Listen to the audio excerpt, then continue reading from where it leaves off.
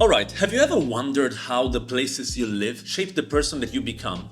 Well, I have. For instance, right now I'm staying in an old family apartment, and here I spent some of the most important moments of my life. Moments that shaped me into a different human being, into a more rounded professional, into a more complete lawyer. So actually, to me, this is not just an old apartment. This is a portal to my past. It's full of memories and lessons that molded my life and what then became my professional career. So in this video, which is being recorded around Christmas 2024, by the way, Merry Christmas everyone, I want to go on a reflective journey from my beginnings as a law student here to where I am right now and show how places like this one mean inspiration, growth, drive, regardless of how humble they apparently are. But you may wonder where I am right now. Well, I'm in Cagliari, Sardinia, which is in Italy, and this is not just my hometown, this is the place where my journey began. But anyway, hi everyone, my name is Federich, I'm an international lawyer based in Brussels, Belgium, and as I said, for the purposes of this video, I'm in Cagliari, Sardinia, and my mission on YouTube is to provide value to at least one person per video that I post.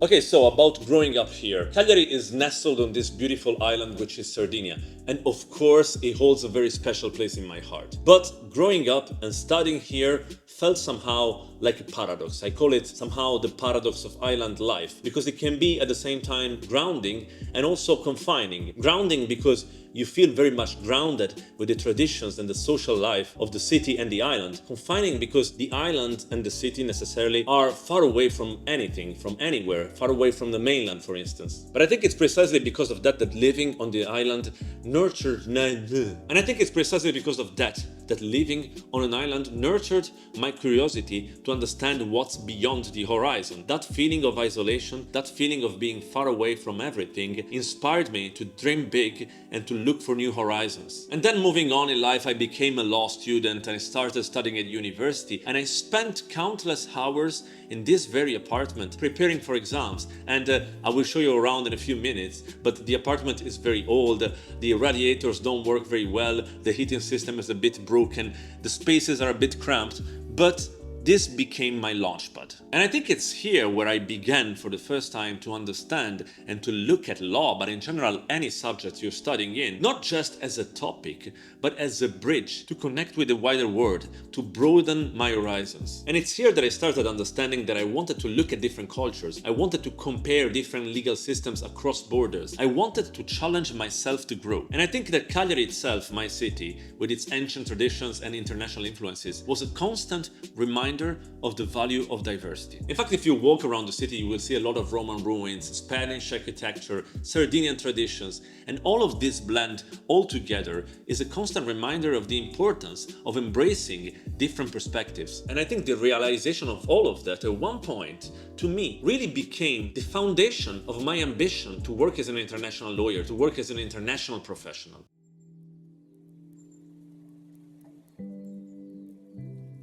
Okay, and this would have been more or less the setting where I studied as a law student. I have a small desk here and some of my past law books. But the truth is that living in Cagliari wasn't always easy. This apartment is pretty old. The heating system wasn't always reliable. The spaces were cramped and you can't see it, but I literally have my bed 20 centimeters from here. So all these challenges, they taught me something. They taught me resilience. They taught me to make the best out of what I had. And then little did I know that that resilience that I learned back in the time would have been very useful in my legal career and moving on in the future. In fact, having resilience was fundamental when I moved on to being an international lawyer, because you have to tackle a lot of different challenges and you have to sometimes tackle them in very weird situations. You really have to juggle through multiple things even when you don't have the tools. And all of that taught me to think creatively, to persevere during the difficulties, to learn adaptability. In fact, back at the time, living in Sardinia to me meant juggling different priorities.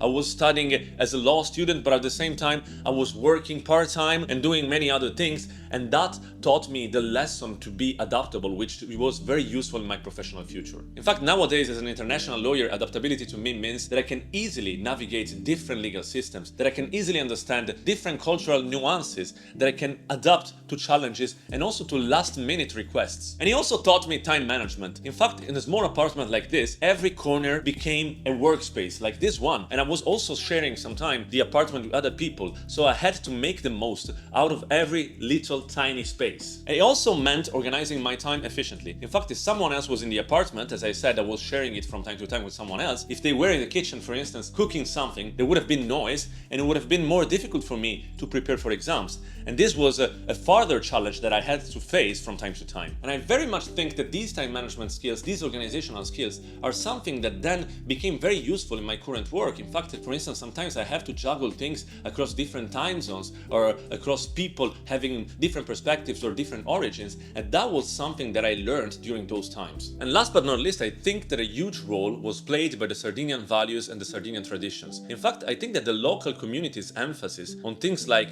empathy and social life taught me that the human side, the human factor in cases and in work is fundamental, and it's an approach that I still bring in my current work. In fact, I think that understanding the human side of a case, the emotions, the motivations, the feelings of the people working behind the cases became at one point much more important than knowing the actual laws, knowing the relevant laws. I very much think that the empathy that I managed to develop here helped me to connect with people on a deeper level, helped me to become not just a better lawyer, but also a better person.